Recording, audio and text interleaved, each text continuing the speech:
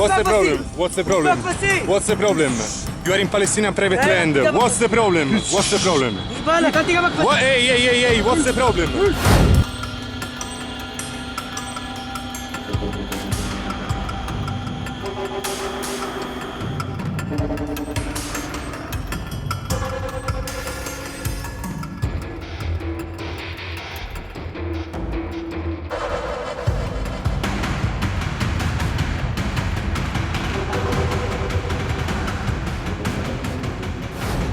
खबरें बहुत सारी हैं। पहली खबर यह है कि अपने ही देश में नेतन्याहू मुंह की खा कर चुके हैं। इस लिहाज से क्योंकि बेंजामिन नेतन्याहू ने सोचा था कि अगर हर जगह से युद्ध शांत हो जाएगा, जैसा कि सितंबर में लग रहा था कि सितंबर में जो फिलिस्तीन है उसे उसका देश का दर्जा मिल जाएगा, युद्ध शांत करना पड़ेगा। अगर युद्ध शांत ना किया तो साथ बैठे हैं उसके साथ वाले, यानी कि रशिया है, चाइना है, नॉर्थ कोरिया, ईरान है, वो हमला कर देगा, तो शांत करना पड़ेगा। फिर उसके बाद क्या होगा?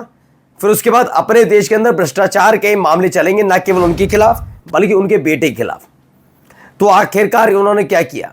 वही किया जो आखिरी दाव नेतन्याहू की तरफ से चला जा सकता है। वही मैं आपको दिखाने जा रहा हूं। अटर्नी जनरल, अपने यहाँ के अटर्नी जनरल के खिलाफ कार्रवाई की, लेकिन क्या हश्र हुआ वो दिखाऊंगा।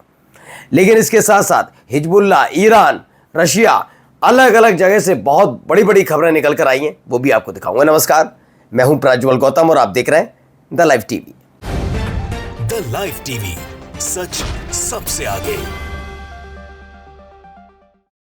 चलिए, पहली खबर, Benjamin Netanyahu triggered a successful vote to dismiss his attorney general. प्रयास अच्छा था कि उन्होंने अपने अटॉर्नी जनरल को हटाने का प्रयास किया, लेकिन हुआ क्या? आखिरकार हुआ ये, नेसेत के इस कदम को इजराइल के सर्वोच्च न्यायालय ने, सुप्रीम कोर्ट ने रोक दिया और उसके परिणामस्वरूप सरकार और न्यायालय के बीच टकराव हो गया। यानी उनके यहाँ बगावत हो रही है कि सरकार क्या चाहती है कि भ्रष्टाचारियों को छोड़ दिया जाए। आज बेंजामिन नेतन्याहू की बारी, उनके बेटे की बारी है, और उसके बाद कितनों को छोड़ा जाए।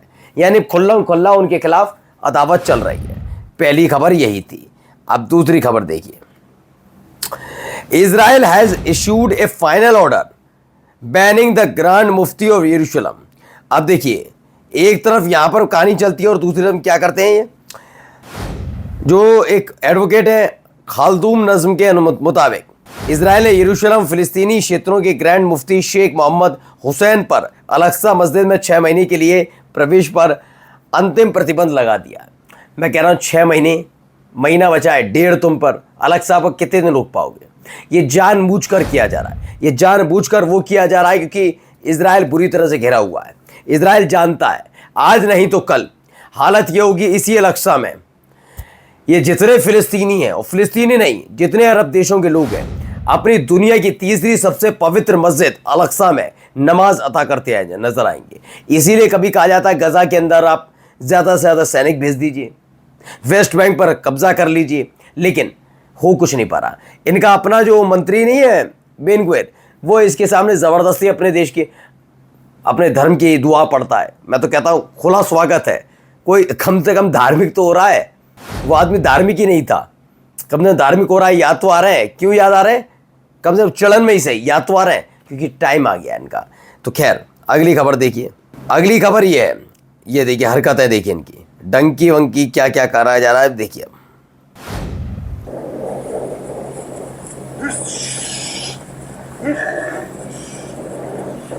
ये देखिए, What's the problem? What's the problem? You are in Palestinian private land. What's the problem? What's the problem? What? Hey, what's the problem? You are in Palestinian private land. So what? चेहरा पहचान रहे हैं? दरअसल इसके बारे में बताया गया ये फिलिस्तीनी है, इजरायली है। ये फिलिस्तीनियों के जो जानवर है उन्हें चोरी करके ले जा रहा था। ये चोर है, उचक्का है। यही हरकत बेंजामिन नेतन्याहू की भी लगती है मुझे कभी कभी। तो अब ईरान की तरफ से खबर आई, the death penalty was carried out against the Mossad spy who lead information about a Martin nuclear scientist to the Mossad.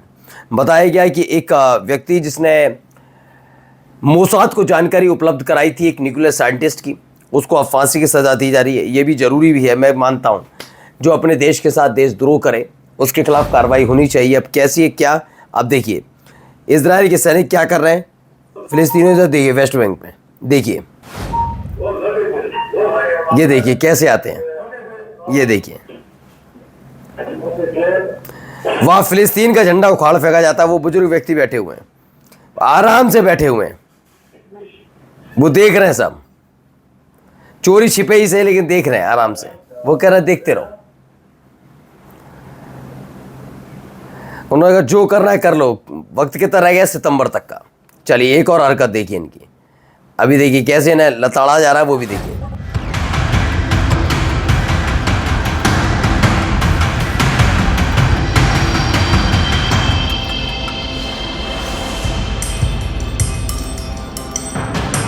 Video निकल के पोलैंड से निकल कर आई, जहाँ पोलैंड में जो लोग हैं वो उतरे और अपने ही प्राइम मिनिस्टर के खिलाफ मैदान में उतरे, सड़क पर उतरे और उन्होंने इजराइल की तरफ से की जा रही फिलिस्तीन के खिलाफ कार्रवाई को लेकर विरोध दर्ज कराया है।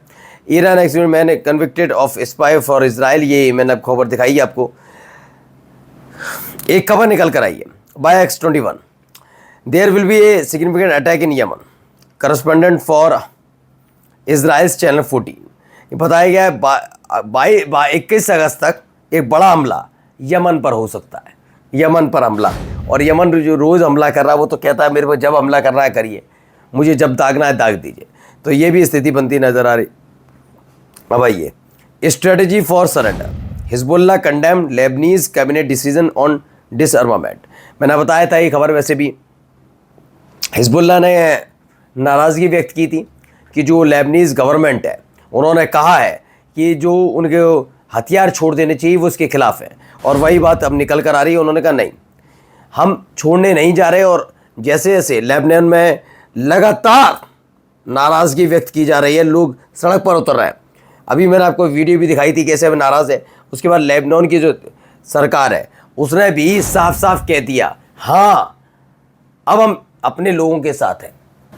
यानी लेबनान की सरकार भी अब घुटने टेकती हुई नजर आ रही। कौन सी लेबनान की सरकार जो कह रही थी अमेरिका के दबाव में कि भैया हिजबुल्लाह को घुटने टेकने पड़ेंगे, लेकिन आखिरकार क्या हुआ जब विरोध प्रदर्शन लेबनान के अंदर हुआ और खास तौर पर हिजबुल्लाह के समर्थन में, तो आखिरकार इनको घुटने टेकने पड़े। अब देखिए इजराइल के प्राइम वही Benjamin Netanyahu is set to hold a meeting of his security cabinet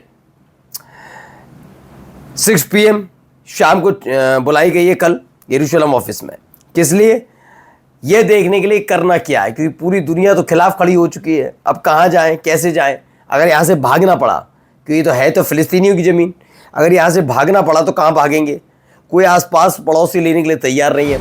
और ट्रंप है भी तो कितने साल, जब तक राष्ट्रपति हैं ठीक है, वरना वैसे तो अमेरिका की जनता नाराज़ है।